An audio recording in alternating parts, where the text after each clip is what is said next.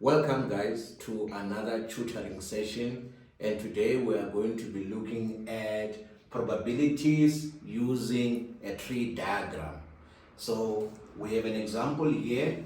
We're going to use a tree diagram to solve these questions that we have. So the question goes, a bag contains 5 red marbles and 10 blue marbles, and then solely selected 2 marbles with replacement. So we need to understand what does each of the statement mean, so that when we build a tree diagram, it represents accurately as per the question. So from the first statement, we can tell that the total number of marbles we have here is 15, broken down into 5 red marbles and 10 blue marbles. And then solely selected 2 marbles with replacement. What does that mean? It means that from the 2 that you are selecting with replacement, you was putting them back. So which means that the total number did not change. It would be a different question if it was saying he selected 2 marbles without replacement. So that would mean whenever he took out the marbles, he was not putting them back. That means the total number would change. So now let's build a tree diagram to narrate this situation. Now, from this example, we can tell that the number of experiments that happened here are 2, because he's taking 2 marbles with replacement. And the total number of marbles, we know that they are 15.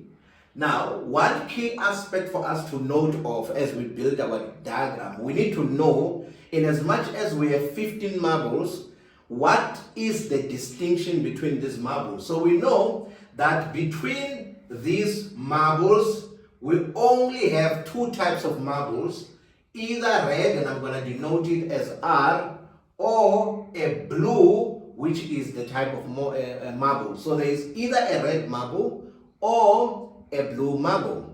Now, the next experiment then that he's going to choose, because he's selecting 2 stones. So there are two types of selection that might have happened here. So what we're looking for, we want to check what is the probability of him either selecting a red or a blue or a combination of the 2. So we need to look at all kinds of combinations that exist between them. So if, let's say, you were to do the first choosing, it would either be a red marble or a blue marble. If, again, you were to take the second selection, it will still be either a red or a blue marble. The same also with the second one, it would either be a red or a blue marble. Now, every time you do the tree diagram, the total here must add up. So if must add to 1. If we do the total of the probability here, it must add to 1. If we do the probability here, all of them, it must add to 1, and you will see as we go on.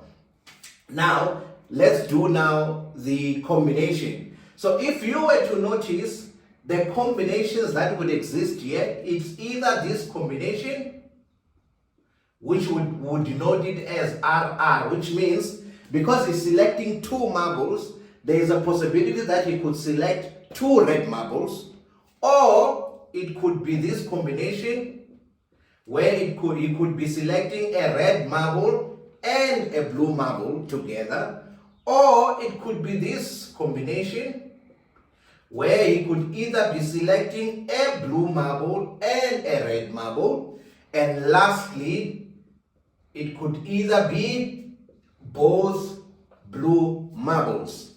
So we want to identify, if he selects 2 red marbles, what is the probability? If he selects a red and a blue marble, what is the probability? And so forth and so on. Now we need to then understand, what does each of the marble mean in terms of probabilities? Now, because he is not replacing, because he is replacing, it means the total number does not change. So for red marbles, we know that, I'm going to write here, for red marbles, we know that the total number of red marbles we have is 5. We divide that by the total number of marbles, which is 15, which is the 5 plus the 10, which means the probability of a red marble is 1 over 3. So which means wherever we see an R, it will be 1 over 3. The reason why we put a 1 over 3 every time we see an R is because he is doing it with replacement. So the number does not change. But if it was without replacement, it means when we move to the second experiment, we were going to need to now change and see what is the total number because he is removing. So for instance, if let's say he had 15 marbles and he was taking out 2 without replacement, it means in the next experiment there will now be 13, the total number, because he has removed 2 without replacing. So here, because it is with replacing, the R will always be 1 over 3. So which means wherever we see an R, we put 1 over 3, we put 1 over 3. For the blue marbles, because it's 10, it means for the blue marbles, it will be 10 over 15, which would then give us 2 over 3. 10 because he has 10 marbles and the total is 15. So in other words, wherever we see a B, it will be 2 over 3, 2 over 3, and 2 over 3. Now, we need to now find out what is the answer to each of these probabilities. The first question is R and R, which means what is the probability of him picking 2 red marbles? So what we do to find the answer to that, basically we say, because we found our R to be 1 over 3, we multiply them together. We multiply 1 over 3 times 1 over 3, which means the probability of him selecting 2 red marbles, it will be 1 over 9. Then you multiply that by 100, then you get the percentage. That will be the probability of him selecting 2 red marbles. What is the probability of him selecting a red marble and a blue marble? So the red marble is 1 over 3. The blue marble is 2 over 3, which will give us 2 over 9. What is the probability of him picking a blue marble and a red marble? A blue marble is 2 over 3 times a red marble, which is 1 over 3, which will give us 2 over 9. The probability of him picking 2 blue marbles, so this is 2 over 3 times 2 over 3, which will be equal to 4 over 9. If you add all of this total, the answer should give you a 1, because the probability is in percentages. So the highest percentage you can go is 100%. That's why they should amount to 1. Now let's look at the first question. The question is asking you, what is the probability of selecting 2 red marbles? Now, let's see. Where did we select 2 red marbles from our combination? The 2 red marbles are here, which means the probability of him selecting 2 red marbles is 1 over 9. Multiply that by 100%, you will get the percentage of how much does that amount to.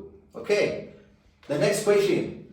What is the probability of selecting a red and a blue marble?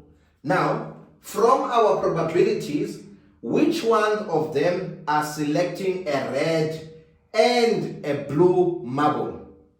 It's this one and this one, because both of them they have a red and a blue. They have a blue and a red. Now, also pay attention to this, because the question you should be asking yourself is, am I looking at both of them or am I looking at one? Now, how do you distinguish between the two? If the question would have said, what is the probability of him selecting first red marble and a blue marble, then you're going to go with this one only, because it's first a red, then a blue marble.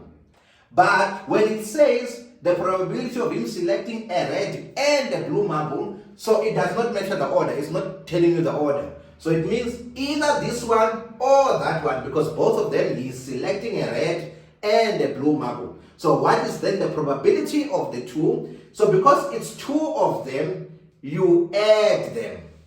So you add them. So in other words, the probability of him selecting a red and a blue marble would be the answer we found here plus the answer we found there. So in other words, the probability, it will be the probability of RB plus the probability of BR.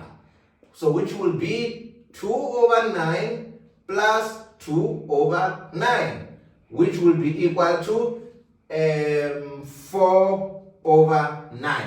So that you multiply this by 100 to get the exact percentage. So that's how you get probabilities reading from the tree diagram. The key aspect for you is break down the tree diagram based on the experiments and the distinctions of the experiment. So here, the distinction was the marbles. Either it's a red marble or a blue marble. And then you break it down further to say, based on the number of experiments, how far can you go? If, let's say, it was selecting 3, then it meant you were going to need to now build another tree diagram here, tree diagram there, tree diagram there, tree diagram there, tree diagram there. So you are guided by the number of times or the number of outputs that he or she is having. So that gives you an indication. And then from there, you combine each of the combinations, each of the possible combinations. Your idea is to combine every possible combination so that you can then be able to answer the probabilities of these questions. I hope it's clear. For more content, follow our YouTube page and make sure you subscribe and like our page so that you get informed whenever we upload any new videos. Thank you.